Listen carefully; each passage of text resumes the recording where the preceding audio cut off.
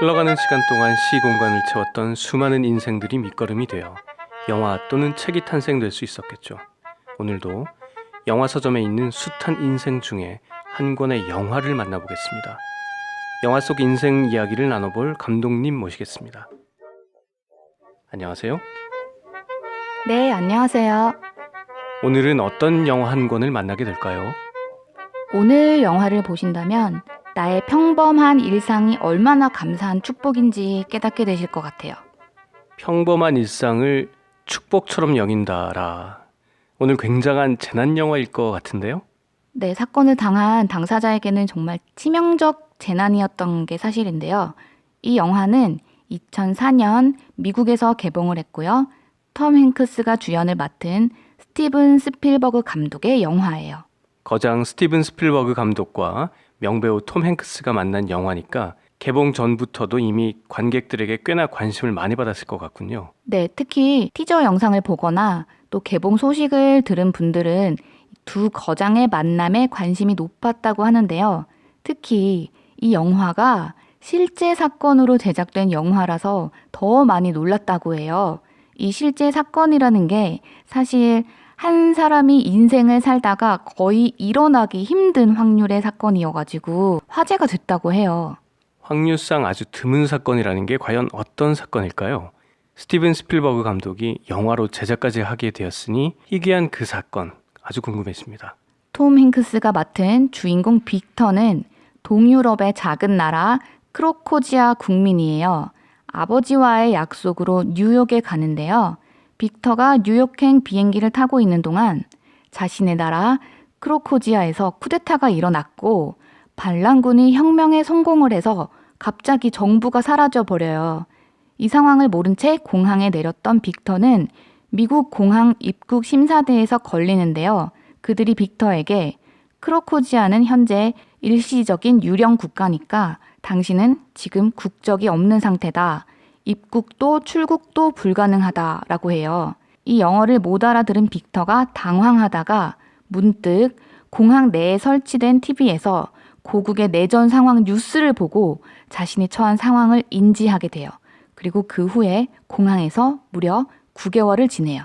사람이 한평생 살다가 맞이할 수 있는 재난치고는 믿기지 않는 사건이군요. 영화 속에서 주인공이 9개월 동안이나 공항에서 살았다면 실제 사건 속에 있는 인물도 실제로 9개월을 살았을까요? 믿기지 않으시겠지만 이 실제 사건의 주인공은 실제 9개월이 아니라 이란 사람이었던 카리미 나세리라는 사람인데요. 무려 16년을 공항에서 살았다고 해요. 네, 정말 믿기지 않는군요. 16년간 한 걸음도 공항 밖으로 못 나가고 공항 안에서만 살았던 거라는 거죠? 네, 실제 사건은 이 카리미 나세리라는 실제 인물이 이란의 왕정 시위에 가담을 했다가 국적을 박탈당하고 여러 나라에 망명 요청을 해서 겨우 벨기에 정부에서 난민 신분을 인정받게 돼요. 이후에 영국을 가다가 이 난민 카드와 여권을 분실을 해가지고 프랑스 샤를드골 공항에서 16년 동안 지낸 거예요. 이 국제인권회가 사실을 알고 영국 쪽에 신분을 허가를 했고 이제 16년 만에 공항을 떠났는데요. 너무 긴 세월 공항에서 살았던 터라 사회에 적응을 못하고 나중에 다시 공항에 돌아와서 살았대요. 영화보다 실제가 훨씬 더 영화 같습니다. 공항에서는 자신만의 공간도 없고 제약도 아주 많았을 텐데 그 긴 시간 동안 과연 어떻게 지냈을까요? 네, 영화를 통해서 공항에는 두 부류의 사람이 있다는 걸 스필버그 감독이 강조를 해요. 의무와 자유인데요. 한 부류는 공항에 의무가 있는 사람들, 즉 공항이 직장인 사람들이고 또 한 부류는 공항에 자유가 있는 사람들, 즉 스쳐가는 승객이에요. 이 의무와 자유라는 두 개 카테고리 속에서 이도 저도 아닌 빅터가 속해 있는 어중간한 어색함이 참 잘 나타난 영화인데요. 빅터에게는 의무도 없고 자유도 없지만 자신의 의지와 상관없이 정말 숙명으로 받아들여야만 하는 이 세상이 바로 공항이 된 셈이에요. 자신의 공간 하나 없는 9개월을 보여주면서 사람이란 정말 어떤 상황에도 살아남는구나 하는 생존에 대한 탐구와 집념을 보여줘요. 안타깝기도 하고 대단하기도 하며 믿을 수 없는 상황을 견뎌야 한다는 것이 감히 짐작할 수 있는 부분이 아니라는 생각이 듭니다. 경제적 문제도 많이 발생했을 텐데요. 예를 들면 때마다 식사를 해야 하는 돈이라든지 생필품 같은 것도 그 긴 시간 버티려면 부족했을 것이고 신분증명도 안 되니 취업도 안 되었을 텐데요. 네, 게다가 관객들은 9개월이라는 기간을 미리 알고 영화를 보지만 실제로 빅터는 나갈 날이 언제일지 전혀 막막하기만 했으니까 어쩌면 평생을 살아야 할지 모른다는 각오도 해야 했을 거예요. 그랬겠군요. 전혀 예상도 못했던 불안정한 환경에다가 언어까지 바뀌었고 그런 곳에서 하루하루 일상을 매번 버텨내야 하는 것이니까요.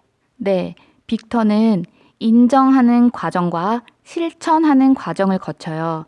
먼저 자신의 상황을 객관적으로 받아들이는 시간을 보낸 거죠.